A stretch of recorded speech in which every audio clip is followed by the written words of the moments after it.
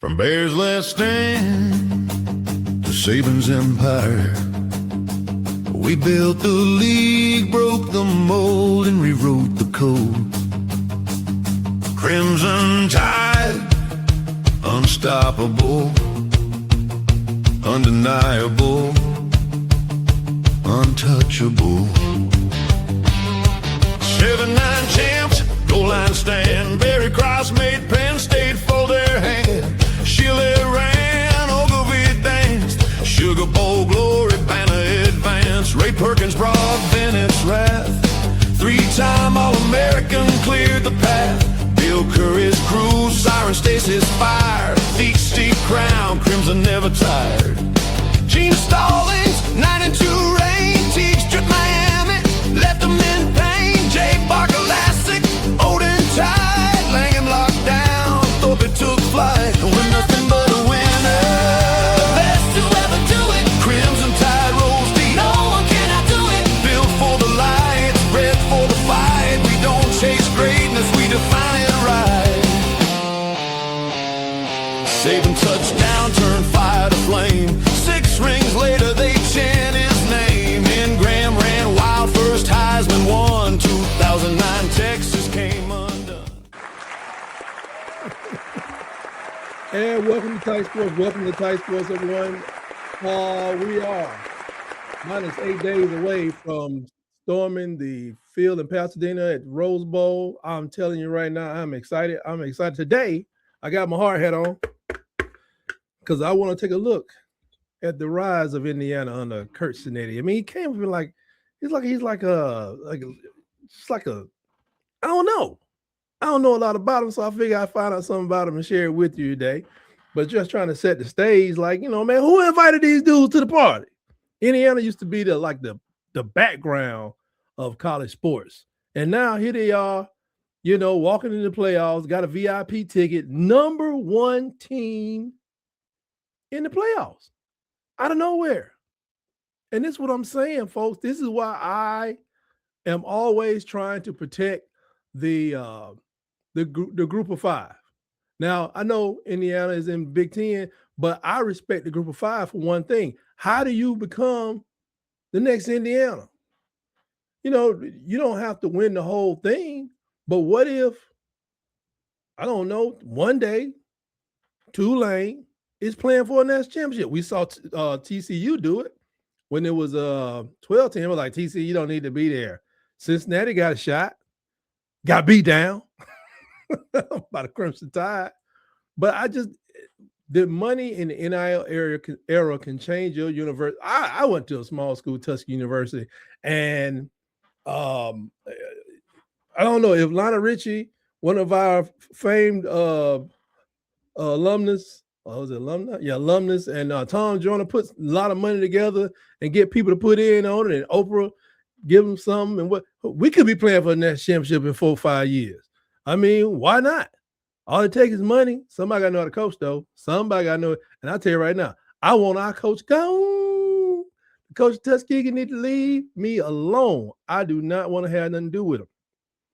And he's an alumnus, and I want him gone. Anyway, back to Curt Cignetti.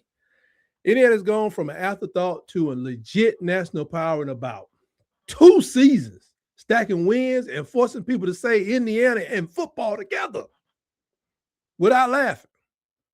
I mean, my whole life, 1976, Bobby Knight wins the whole thing. Isaiah Thomas wins it in 1980, 81. Then the Key Smart shot, they win the national championship in basketball, 1984, 3 titles. Matter of fact, they went undefeated in 1977, 1976, whenever that was. They went undefeated. Indiana is a basketball state.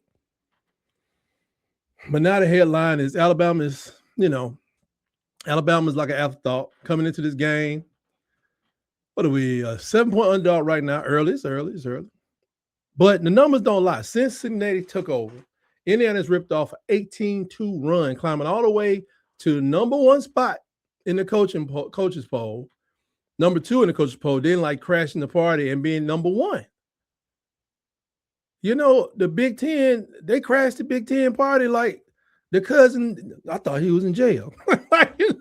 Like when Indiana showed up at the Big Ten championship last year, everybody was like, that cousin, you didn't think they were gonna be able to make it, or you didn't want to make it. It's cool if you show up, but if you don't come, you're not banned. But it's like, something may pop off. That's how what are they doing here? I thought he was overseas in the military or something. I mean, but they won a Big Ten championship this year against Ohio, who's loaded. Blue chips out the yin-yang. Money out the yin-yang. But it's just like the GOAT said, 20 million, 25 million. If you give it to the wrong people, you ish out of luck. And you got to coach them. But it's not a fluke. It's a full program reboot. He did through coaching, not recruiting, the recruiting rankings. Indiana didn't get here by like hoarding a bunch of 5 stars like the Crimson Tide can do, like Ohio State can do, like I would say Michigan. Yeah, Michigan and LSU. They didn't go that route. Ohio State's roster is rolled in. They got 11 5 stars, 56 4 stars. A classic talent monster, but on paper, that ain't how Indiana. That's not how Indiana's rolling. Their jump came from coaching, culture, and player development, not dominating the recruiting scoreboard. I'll admit, that's how Saban started. The cupboards were bare in 2007 when he got there. 2009, he was a national champion, and then recruiting gets easier after that. They weren't dominating it. The coaching built this. And as a Bama fan, I'll say this is very impressive. But when coaching meets Alabama's talent, we're going to see how sturdy that thing really is. Where did you get the blueprint from? One play, one standard, no noise. Cignetti's whole philosophy is simple and old school. Ignore the noise.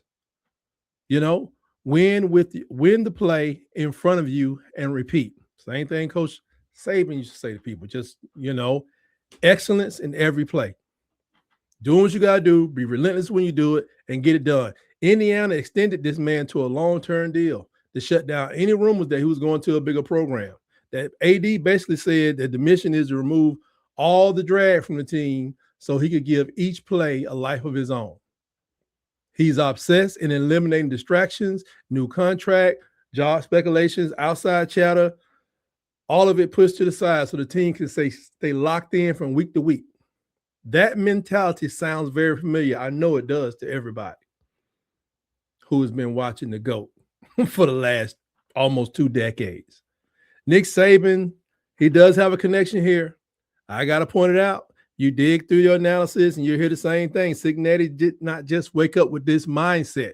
He learned it from the best, from elite coaches, elite programs, and analysts that point out that his structure, discipline and discipline and demand for detail mirror the best in the sport. So yeah, Indiana, they got themselves a grown man on the headset. But Alabama's over here like, cool story. We've seen this a couple times. We've seen this, We know where you got it from. Indiana, they need, they just decided, hey, we're going to do in football? We're going to stop playing like Indiana. We're going to stop being Indiana. The biggest shift in Bloomington isn't just the schemes, it's the attitudes. Writers describe how Indiana went from a team that hoped to keep the games close, to expecting to win every week against anybody. That's a mindset shift. Cignetti ripped out the old underdog mentality and replaced it with a standard. No more moral victories. No more we almost. It's kind of sound like our cousins on the other side of the state, little brother, if you will. Now it's line up. We're going to hit you in the mouth and we're going to finish. It sounds nice, but they haven't really gotten a body blow from SEC squad and get those body blows all 4 quarters in a row over and over again. But their player development, they turn mid players into monsters. Indiana's not just living off top 10 classes. So people always want to know, how are they winning? They've been hammering player development, turning low profile recruits into disciplined, tough disciplined, tough, assignment sound starters who don't beat themselves. They don't make a lot of mistakes. Analysts put it like this. They say his success, he maximizes on what he has to do better than most coaches and builds systems that fit his personnel instead of forcing a scheme on them. Like Jalen Milroe last year in that system, and he uses athleticism to carry us to a lot of games, but that wasn't just, he really wasn't a DeBoer type of quarterback, but he was the best person for the job. And that's grown man coaching. You know what I'm saying? Just, let's see what works here. Why are we, like, I always wonder why we don't run the ball more, but it's kind of working, but we need to run the ball more. But when when they face Alabama, it's not just maximizing what they have. It's about surviving what we have. I was talking to my son earlier. He was telling me some, I don't know if I'm going to stay, I'm going to wait, and I'm going to do this. When they do this, I'm going to do that. And I was like, you just reacted. I don't like read and react defenses. I don't like read and react offenses. I want to force the contact, But they like what Cignetti is doing. They gave that man $92.8 million in an extension, making him the third highest paid coach in the country behind Kirby and Ryan Day. Those two have championships. Indiana basically got this man as a financial hostage. You're not leaving ever. Here's the bag. Build us a legacy. So now you got the coach, coach is secured. You got power, you got a fan base. Bloomington ain't nothing going on because basketball it's not even what it used to be. Got a fan base that believes in football. It could be more than just background noise for their historic basketball program. It's a cute story, but checks don't tackle and contracts don't blitz the quarterback. Roll Tide. Let my TikTok audience go. But writers keep using the same kind of words in Indiana, like, discipline, physical, detail-oriented, and consistent. He preaches execution, film study, and eliminating self-inflicted mistakes. I get it. He treats every snap like his own little battle. And the team is bought in. And what I want to do now before I continue, I did get a piece of the national press conference where all the national press got a chance to ask Cignetti some questions. And I figured I would check that out myself. Let's see what he has. 2 weeks of preparation, against a great Alabama football team. And that's right. We great. Don't look too close to the screen. He's not that easy to look at, team's excited about it, but focused on the process. Got a lot of respect for Alabama. Coach DeBoer, been following his career for a long time. He kind of started out at a lower level like I did, and ever since he went to Washington, I've really kind of studied his offense, and I think he's a great coach. Thank you, Coach. We'll now open up the floor for questions. Please raise your hand to ask a question using the raise hand icon within Zoom. If and when your question is selected, please unmute your microphone and state your name and media outlet before asking your question. Once your question has been answered, your microphone will be muted and your hand will be lowered. Our first question comes from Jeff Rabjohns. Good afternoon, Coach. Appreciate your time. I'm working on a story about your receiving corps, particularly Surratt and Cooper, and just what has made them elite receivers. Just like to get your thoughts from the head coach's chair. Why are they so good? And what is the best trait for each one of them, if it's similar or different? Yeah, well, Surratt and Cooper have both been starters for 2 years. Now, when you look at the core, you got to include E.J. Williams and Charlie Becker in that group as well, who have made a lot of big plays for us this season. Becker, particularly, the last 4 games. But Surratt is a guy that just loves football. He's a football guy. He's got great hands. He's really good at contested catches. He's an extremely intelligent football player. He's got good size. And he made a lot of big plays for us. Started out at the Division I AA or FCS level, and then joined us at JMU, and then came with us to Indiana. Omar Cooper is from Indianapolis. Was on the team in 23 and played a role in 23, the year before I came, and made big plays for us in 24 and has elevated his game in 25. And he's an explosive guy. He's really good after the catch. And, just has a lot of potential and ability, and has become more consistent.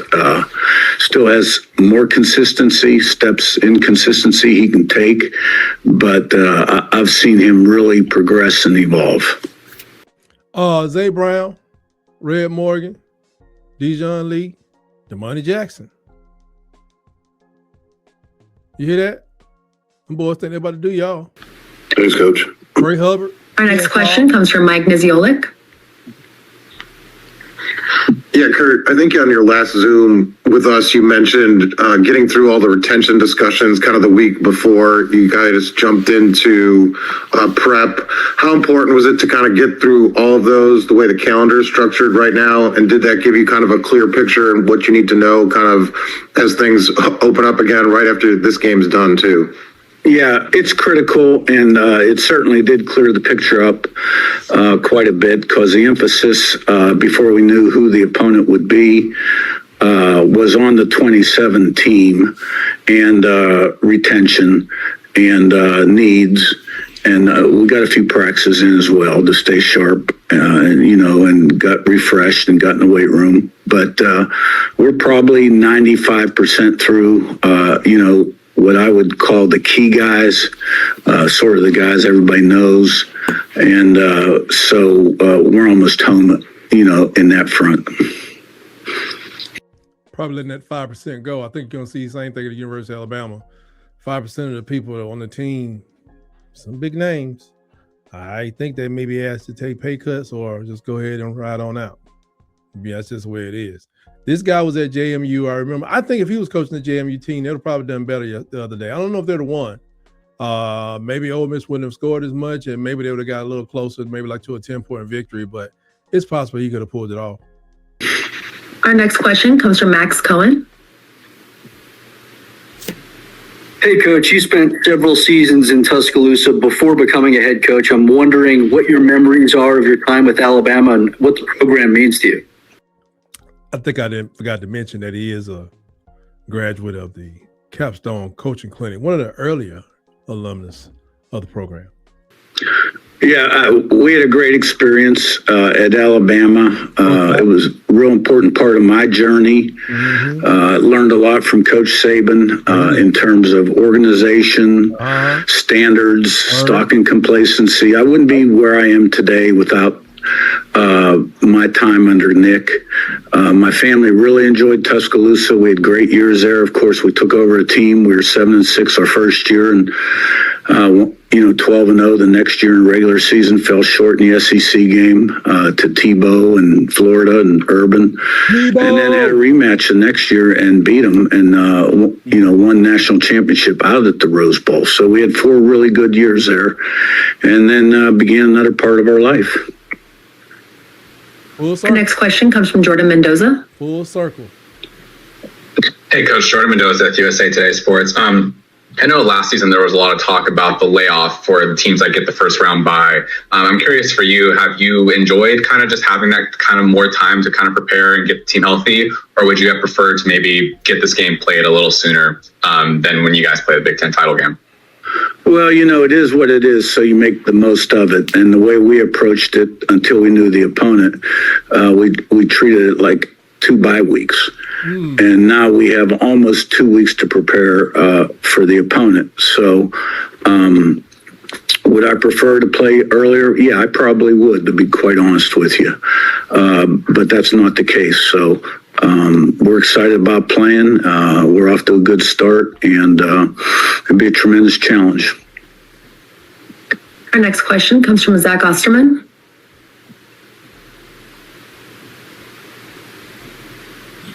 What was that?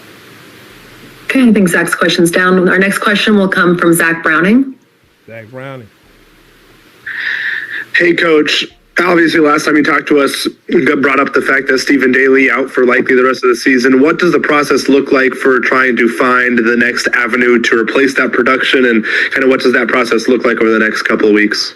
Yeah, well, Brian Haynes does a great job coordinating our defense. We have a lot of confidence in our players, and we'll find the best solution, and, that gives us the best chance to be successful. Now going back to Zachary Osterman with a question.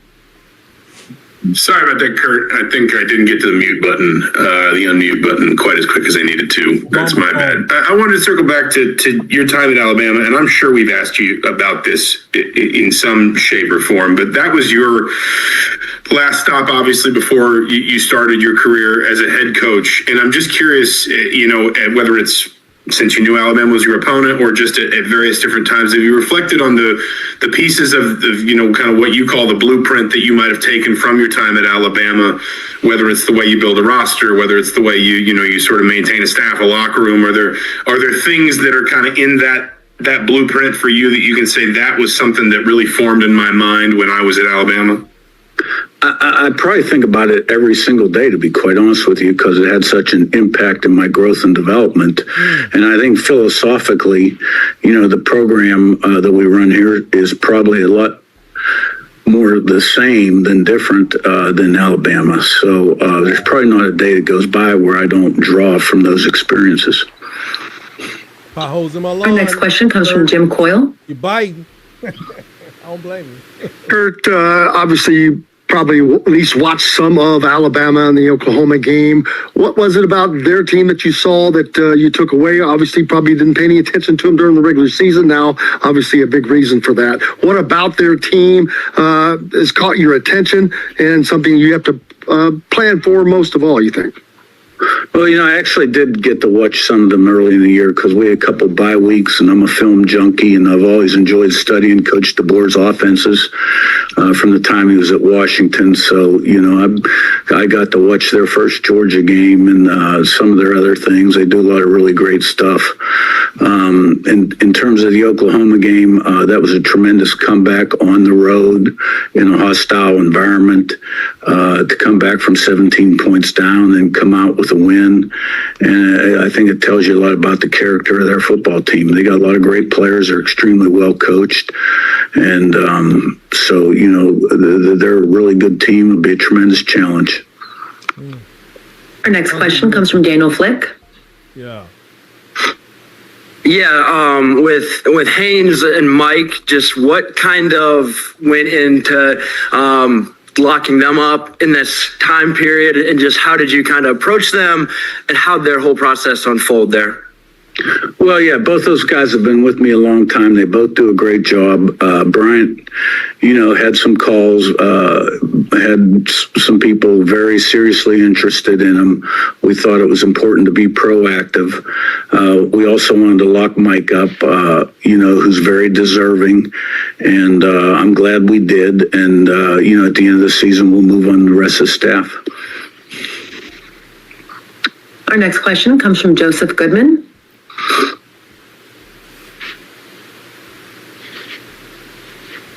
Curt, hi. Joe Goodman here in Alabama. I was curious, how instrumental were you in recruiting Julio?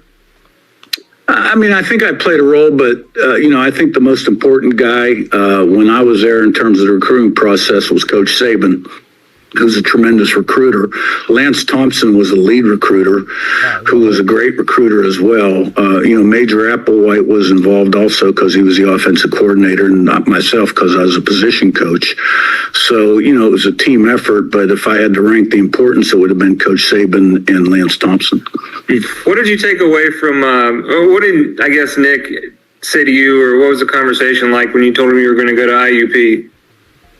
He had some questions about whether that would be a very good move for me. I was just ready to kind of run my own show.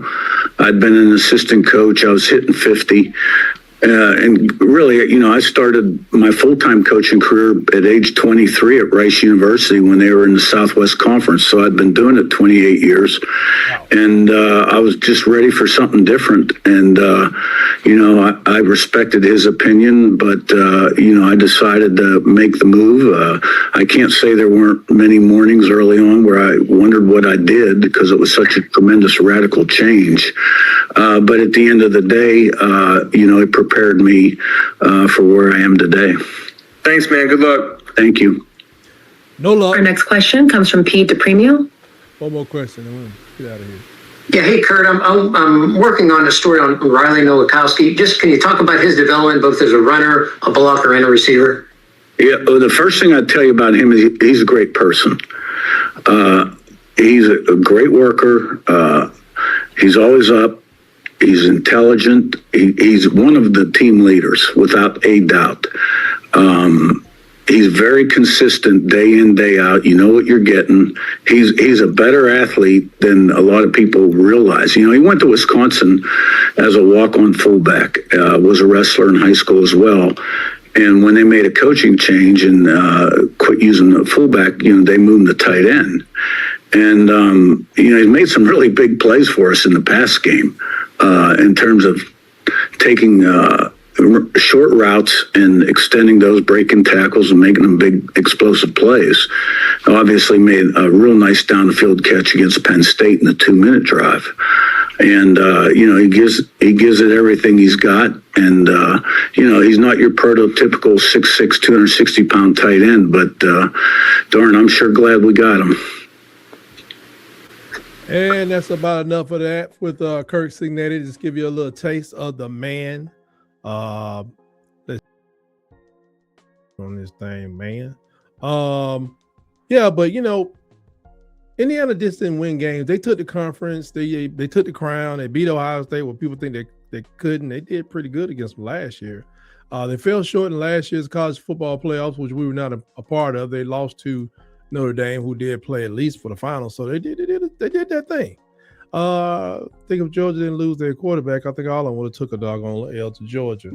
But analysts are starting to ask, if he did this in 2 years, what's going to happen when he starts getting these blue bloods rosters? Either 4 and 5 stars start leaving, maybe peeling away from Notre Dame, staying in state at Indiana, or get a couple from Pennsylvania, Florida, California. What happens if that happens? We don't have to question the hypothetical. We are where we're supposed to be. Analysts have long said that the University of Alabama should have won a championship last year, even though the board probably didn't know where he wanted to put his freezer in his garage. He was supposed to be winning that championship. Well, we know we're stacked. They're trying to run their program and get them to that next level. So are they a step ahead of where we are? I don't know. I just know I don't have a lot of respect for the bottom 2/3 of the Big Ten. Now, that doesn't mean the top third of the Big Ten couldn't come to the SEC and run right through it. Just saying it's possible. But the top third is, we're talking about Indiana, you're talking about Ohio State, you're talking about Oregon, and I think you got to throw one more school in there. It used to be Penn State. So I guess Michigan, is the other school, but I don't know. But how all this hits us, how does this hit Alabama? We got to give them respect, but there is absolute zero fear from the Crimson Tide. Indiana is well coached, but I think we got a pretty good coach ourselves, right? They're disciplined. We've been better in discipline. If you look over the last 4 years, the discipline is a little better on the field. Indiana has belief, momentum, a serious head coach. All of that is real. All of that deserves respect. But Alabama lives in a different neighborhood. You know what I'm saying? Indiana, they just moved into a nice part of town. Alabama we got subdivisions over where we live at. We're not preparing to go out and win 8-9 games. We haven't done that in quite some time. Really, even when we win 8-9 games, we didn't want to win 8 or 9 games. We wanted to win championships. You give DeBoer and his staff film on this team. I think Womack finds the angles. I think Grubb helps to find the pressure points in their defense and break that down. And they'll test the culture for 4 straight quarters. The defense is up there, man. Played a lot of teams that I don't think much of. Go look at the schedule for yourself. Make your own decision. Let me know what you think. But the matchup in spirit, this is process versus process. And what makes this potential matchup so fun is not just athlete versus athlete, it's program building philosophy versus program building philosophy. Indiana culture development, maximizing a less ranked talent. Alabama, on the other hand, culture development plus 5-star artillery, 4-star missiles, and 3-star rockets being launched right at you. Indiana wants to prove that coaching can close the gap. I think Alabama is here to remind everyone that the gap does have some layers to it. I don't think that Cignetti has the knife to cut through, just to be honest. Maybe in 2 years, but not this year. Why Alabama must take these people serious. As serious and confident of a fan I am, here's what I'm circling around. They don't beat themselves. Indiana thrives on mistakes. We've had problems, not necessarily with penalties, with too many busted assignments, especially on defense. None of that. We've had, you got your lapses every once in a while, and Lord knows I know who Malcolm Simmons of Auburn University is right now. But the turnovers, that's the thing we cannot allow to happen. Indiana's used to being doubted, that, with that underdog chip. But the good thing about this, Alabama's the underdog. They're built for 4 quarters. They lean on you. They stay structured, and they wait for you to crack. So Alabama has to come in focused, detail locked, and ready to play clean football. No gifting nobody, no short fields. No letting them hang around thinking they belong with you. You got to put them away. So it's a great story. But the Crimson Tide is still the standard. So let's call it straight like it is. Curt Cignetti has done something remarkable at Indiana, turned a doormat into a powerhouse in 2 seasons. With coaching as the foundation and culture, as coaching as his foundation and culture as his engine. He earned the contract, he got respect, the spotlight. But when he steps on the same field as Alabama, they're not just playing some hot story. They're playing the standard. The standard. You can have your own standard, but we know where they came from. And it didn't come from necessarily just Nick Saban. They put a word on it, but the standard at Alabama is always pretty high.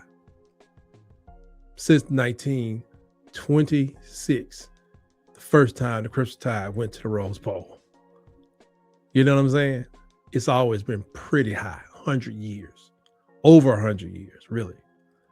But when Indiana steps on that field, man, they're coming to get one. They're going to come in one of the best stories in college football, I think, really this year to me. But we got that standard story. We just an old champ laying on the ropes, waiting to get a shot to get our title back. And when those two collide, all the cute narratives will fade away and it becomes what it's always been about.